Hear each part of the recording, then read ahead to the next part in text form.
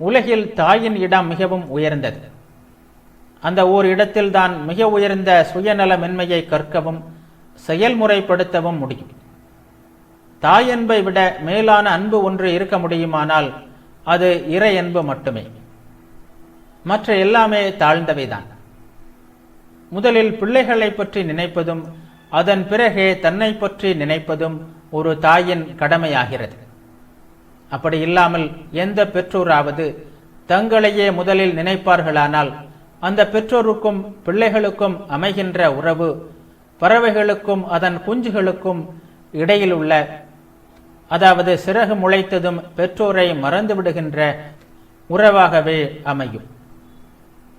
பெண்களை எல்லாம் இறைவனுடைய தாய்மையின் பிரதிநிதிகளாக நினைக்கும் ஆண்மகன் உண்மையில் பேறு பெற்றவன்.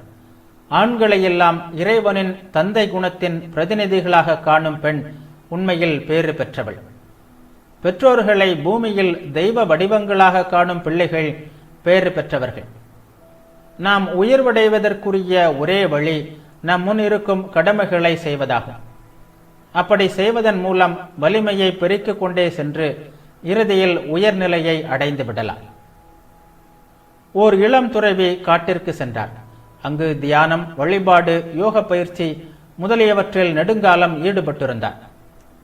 பல ஆண்டுகளின் கடினமான தவம் மற்றும் பயிற்சிகளுக்கு பிறகு ஒரு நாள் அவர் ஒரு மரத்தடியில் அமர்ந்திருந்தார். அப்போது அவரது தலை மீது சில சருகுகள் வீழ்ந்தன. அவர் நிமிர்ந்து பார்த்தார். அங்கே உயர்ந்த மரக்கிளை ஒன்றில் ஒரு காகமும் கொக்கும் சண்டையிட்டுக் கொண்டிருந்தன. அவருக்கு வந்ததே கோபம்.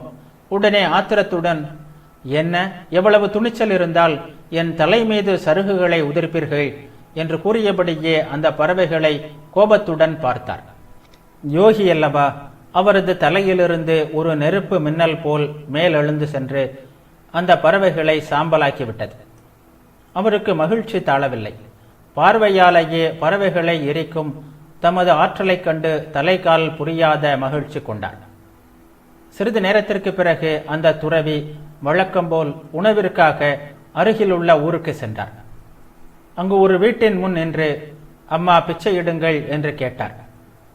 மகனே, கொஞ்சம் இரு என்று அந்த வீட்டிற்குள்ளிருந்து ஒரு குரல் வந்தது. இதை கேட்ட அந்த துறவி தனக்குள், பேதை பெண்ணே, என்னை காக்க வைப்பதற்கு உனக்கு என்ன தைரியம்? என் சக்தியை நீ அறியவில்லை என்று நினைத்தார். இப்படி அவர் நினைத்ததுமே உள்ளிருந்து, மகனே, உன்னை பற்றி அவ்வளவு பெரிதாக நினைத்துக் கொள்ளாதே. இங்கே இருப்பது காக்கையும் அல்ல, கொக்கும் அல்ல என்று குரல் வந்தது. துறவி திகைத்து விட்டார். எப்படியானாலும் அவர் காத்திருக்கத்தான் வேண்டியிருந்தது. கடைசியாக அந்த பெண் வெளியில் வந்தாள். துறவி அவளது கால்களில் விழுந்து, தாயே, நீங்கள் எப்படி அறிந்தீர்கள் என்று கேட்டார். அதற்கு அவள், மகனே, எனக்கு உன்னைப் போல யோகமோ தவமோ எதுவும் தெரியாது. அன்றாடம் என் கடமைகளை செய்து கொண்டிருக்கின்ற ஒரு சாதாரண பெண் நான். என் கணவர் நோயுற்றிருக்கிறார். நான் அவருக்கு பணிவிடை செய்து கொண்டிருந்தேன். அதனால்தான் உன்னை காக்க வைக்க வேண்டியதாயிற்று. கடமைகளை வாழ்நாள் முழுவதும் மனப்பூர்வமாக செய்து வருகிறேன். திருமணத்திற்கு முன் பெற்றோருக்கு என் கடமையை செய்தேன். இப்போது திருமணம் முடிந்துவிட்டது. எனவே கணவருக்கு என் கடமைகளை செய்து வருகிறேன். நான் செய்யும் யோகம் எல்லாம் இதுதான். என் கடமைகளை செய்து வந்ததாலேயே என் ஞானக்கண் திறந்து விட்டது. அதன் மூலம்தான் நான் உன் எண்ணங்களை புரிந்து கொள்ள முடிந்தது. காட்டில் நடந்ததையும் தெரிந்து கொண்டேன். இதற்கு மேலும் உயர்ந்த ஏதாவதை அறிந்து கொள்ள விரும்பினால் இன்ன நகரத்தில் உள்ள சந்தைக்கு செல். அங்கே ஒரு வியாதனை நீ சந்திப்பாய்.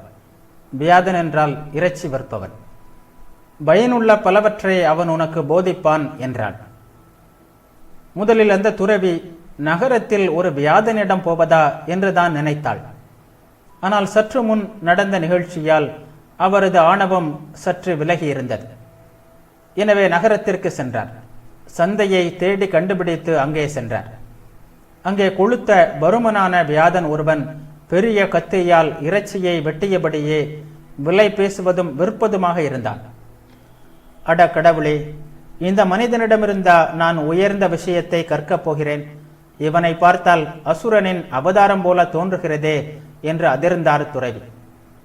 இதற்கிடையில் வியாதன் துறவியை கவனித்துவிட்டு, ஓ சுவாமி, அந்த பெண்மணி உங்களை இங்கே அனுப்பினார்களா? சிறிது அமர்ந்திருங்கள், என் வியாபாரத்தை முடித்துவிட்டு வருகிறேன் என்றார். இங்கே என்ன நடக்கப் போகிறதோ என்று எண்ணியவாறே அமர்ந்திருந்தார் துறவி. நெடுநேரம் கழித்தது. வேலை முடிந்தது. வியாதன் பணத்தை எல்லாம் எடுத்துக்கொண்டு துறவியிடம் வந்து, வாருங்கள், வீட்டுக்கு போகலாம் என்றார். வீட்டை அடைந்ததும் துறவி அமர்வதற்கான இருக்கை ஒன்றை அளித்து, இங்கே இருங்கள், வந்துவிடுகிறேன் என்று கூறிவிட்டு உள்ளே சென்றார். பின்னர் வயது முதிர்ந்த தன் தந்தையையும் தாயையும் குளிப்பாட்டி உணவூட்டி அவர்கள் மனம் மகிழும்படி பல வகையான சேவைகளை செய்தான். பிறகு துறவியிடம் வந்து, ஐயா, என்னிடம் வந்துள்ளீர்கள், நான் உங்களுக்கு என்ன செய்ய வேண்டும் என்று கேட்டான். துறவி அவனிடம் ஆன்மாவை பற்றியும் கடவுளை பற்றியும் சில கேள்விகளை கேட்டார். வியாதன் அதற்கு ஒரு பெரிய விளக்கமே தந்தான். அந்த விளக்கம் வியாத கீதை என்ற பெயரில் மகாபாரதத்தில் உள்ளது. வேதாந்தத்தின் மிக உயர்ந்த தத்துவ விளக்கங்களுள் ஒன்று இந்த கீதை. வியாதன் தன் விளக்கத்தை முடித்த போது துறவி திகைத்து விட்டார். பின்னர் வியாதனை பார்த்து, நீங்கள் ஏன் வியாதனாக இருக்கிறீர்கள்? உங்கள் ஞானத்திற்கு இந்த தொழில் இழிந்ததும் கேவலமானதும் ஆயிற்றே என்று கேட்டார். இதை கேட்ட வியாதன் துறவியை நோக்கி, மகனே, கடமைகளுள் எதுவும் இழிந்ததோ கேவலமானதோ இல்லை. என்னுடைய பிறப்பு கசாப்பு தொழில் செய்யும் இந்த சூழ்நிலையில் என்னை வைத்திருக்கிறது. இளம் வயதில் பரம்பரை தொழிலாக இதனை நான் கற்றுக்கொண்டேன். எனக்கு பற்று எதுவும் இல்லை. ஒரு இல்லறத்தானாக என் கடமைகளை செய்ய முயற்சிக்கிறேன். என் பெற்றோரை மகிழ்விப்பதற்கான சேவைகள் அனைத்தையும் செய்கிறேன். உங்கள் யோகம் எனக்கு தெரியாது. நான் துறவியாகவில்லை. வீட்டை துறந்து காட்டிற்கு போகவில்லை. என்னிடம் நீங்கள் பார்ப்பவை கேட்டவை எல்லாம் எனது நிலைக்கு உரிய கடமைகளை பற்றின்றி செய்ததால் கிடைத்ததாகும் என்றார். இந்தியாவில் ஒரு மகான் இருந்தார். அவர் மிகப்பெரிய யோகி. நான் கண்ட மகான்களுள் விந்தையானவர், விசித்திரமானவர். அவர் யாருக்கும் எதுவும் உபதேசிப்பதில்லை. அவரிடம் எதை கேட்டாலும் பதில் சொல்ல மாட்டார். குரு நிலையை வகிப்பது தன் தகுதிக்கு மீறிய விஷயம் என்று அவர் எண்ணினார். அவரால் அது முடியாது. ஆனால் ஒரு கேள்வி கேட்ட பின் சில நாட்கள் காத்திருந்தால் நாம் அவரோடு சாதாரணமாக பேசிக்கொண்டிருக்கும் போது நமது கேள்வி பற்றிய விஷயத்தை அவரே எழுப்பி ஆச்சரியப்படத்தக்க வகையில் அதற்கான விளக்கம் தருவார். அவர் ஒருமுறை கர்மத்தின் ரகசியத்தை என்னிடம் இவ்வாறு கூறினார். முடிவையும் வழியையும் ஒன்றாக்கு. நீங்கள் எந்த வேலையை செய்தாலும் அந்த வேலைக்கு அப்பால் உள்ள எதை பற்றியும் சிந்திக்காதீர்கள். அந்த வேலையை ஒரு வழிபாடாக, மிக உயர்ந்த வழிபாடாக அந்த நேரத்திற்கு உங்கள் வாழ்க்கை முழுவதையும் அதில் செலுத்தி செய்யுங்கள். மேற்சொன்ன கதையில் வந்த பெண்ணும் வியாதனும் ஆர்வத்துடனும் இதயபூர்வமாகவும் தங்கள் கடமைகளை செய்தார்கள். அதன் பலனாக அவர்கள் ஞானம் பெற்றார்கள். வாழ்க்கையில் எந்த நிலையில் உள்ள கடமைகளை செய்தாலும் பலனில் பற்றில்லாமல் செய்தால் அது நம்மை ஆன்ம அனுபூதி என்னும் நிலைக்கு நிச்சயம் அழைத்து செல்லும் என்பதையே இது காட்டுகிறது. பலன் கருதி வேலை செய்பவன்தான் தனக்கென்று வாய்த்த கடமைகளை பற்றி குறைபட்டுக் கொள்வான். ஆனால் பலனில் பற்று இல்லாதவர்களுக்கு எல்லா வேலைகளுமே ஒரே போல் நல்லவைதான்.